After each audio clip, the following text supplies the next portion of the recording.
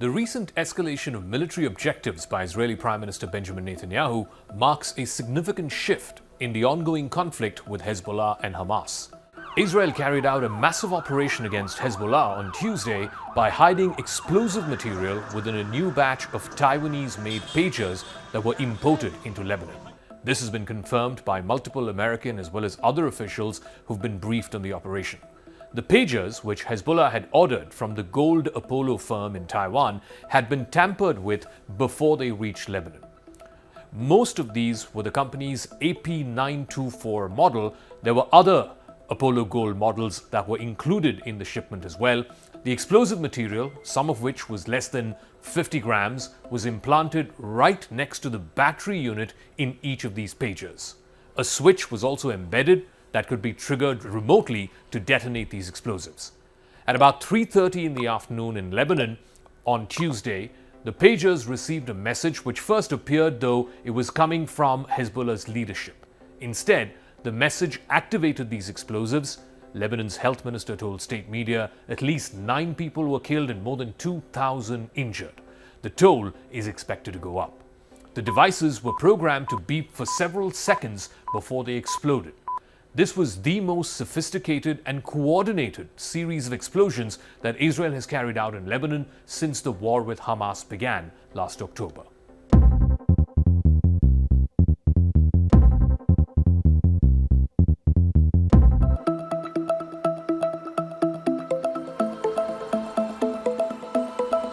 On the 17th of September, Netanyahu announced that one of Israel's war goals is to facilitate the return of residents to the northern communities.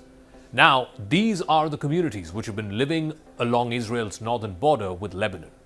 Over the years, they have been evacuated because of persistent cross-border attacks from Hezbollah, which is an Iran-backed militant group.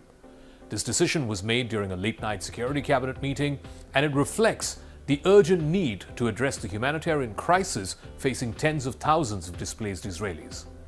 The conflict intensified following Hamas's assault on southern Israel in October last year, which led to a broader military engagement involving Hezbollah in the weeks and days that followed. Since then, Israel has faced almost daily confrontations with Hezbollah along its northern border.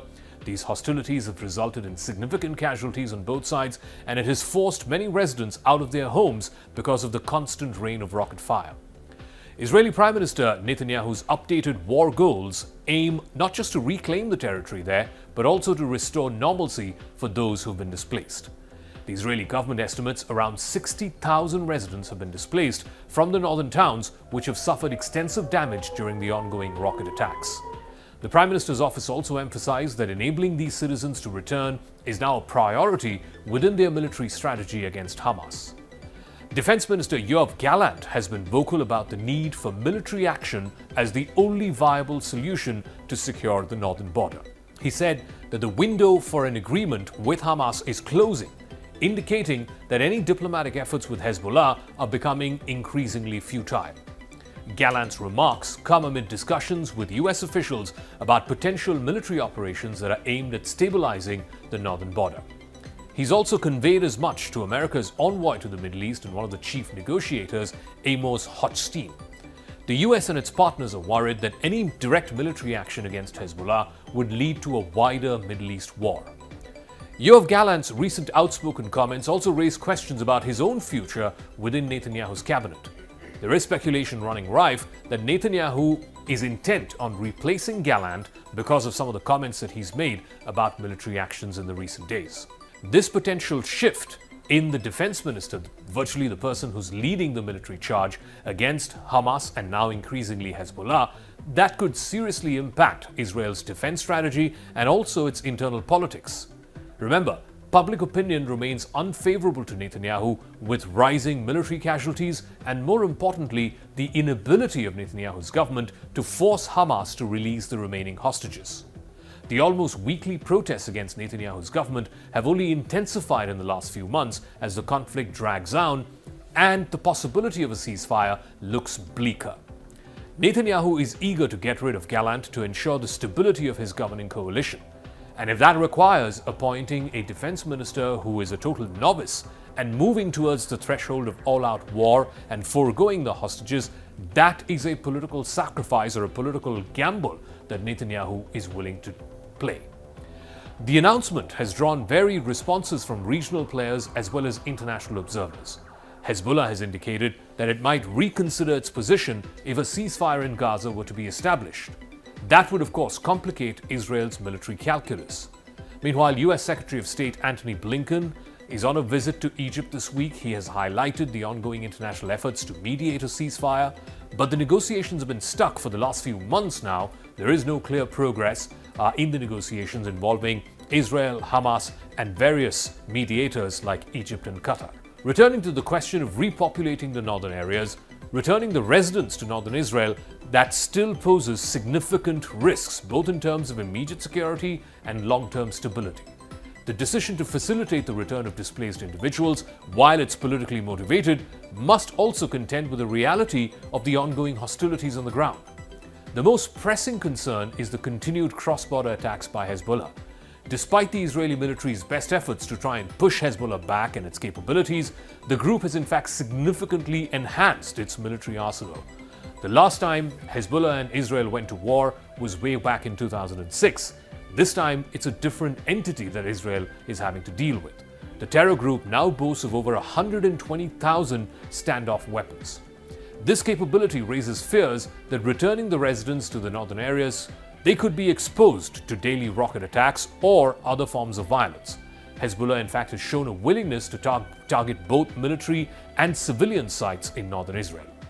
Reintegrating the residents into the northern communities could also inadvertently provoke further escalation, like what we are seeing in the West Bank right now. If Hezbollah perceives the return of civilians as a sign of Israeli resolve or a shift in its military strategy, it may respond with increased aggression. So this tit-for-tat dynamic could very fast spiral into a broader conflict, and that would risk not just the civilian lives, but also draw in regional powers like Iran and even perhaps the Gulf countries. The Israeli government faces significant domestic pressure as well to restore normalcy in the northern areas. However, if the situation deteriorates following the return of these residents, then public sentiment could shift dramatically against the government. The decision to repopulate northern Israel amidst the ongoing threats from both Hamas and Hezbollah may also strain Israel's international ties. The United States and other allies of Israel are concerned about a potential escalation that could draw them into a wider conflict, something that America can ill afford right now with just 2 months to go for the presidential election. It would not just be bad optics for the current incumbent, President Biden, but also a severe geopolitical headache for whoever is the next US president post-January, whether it is Kamala Harris or Donald Trump. Which is perhaps why Amos Hochstein, America's envoy to the Middle East, warned Yoav Gallant during their meeting this week that any major Israeli offensive against Hezbollah would not lead to the return of evacuated northern residents. Instead, it would significantly raise the risk of a prolonged regional war.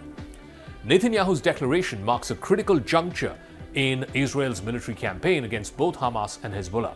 By expanding his war goals to include humanitarian resettlement for the displaced residents of northern areas, the Israeli government aims to balance its military objectives along with domestic political pressures. But the effectiveness of the strategy remains contingent upon both military success against Hezbollah and the broader dynamics which are shaped by regional alliances and the ongoing diplomatic efforts to try and broker a ceasefire with Hamas. As these tensions continue to simmer along the Israel-Lebanon border, the coming few weeks will be crucial in determining whether these new objectives can be achieved at the same time without further escalating violence or drawing the region into a wider conflict.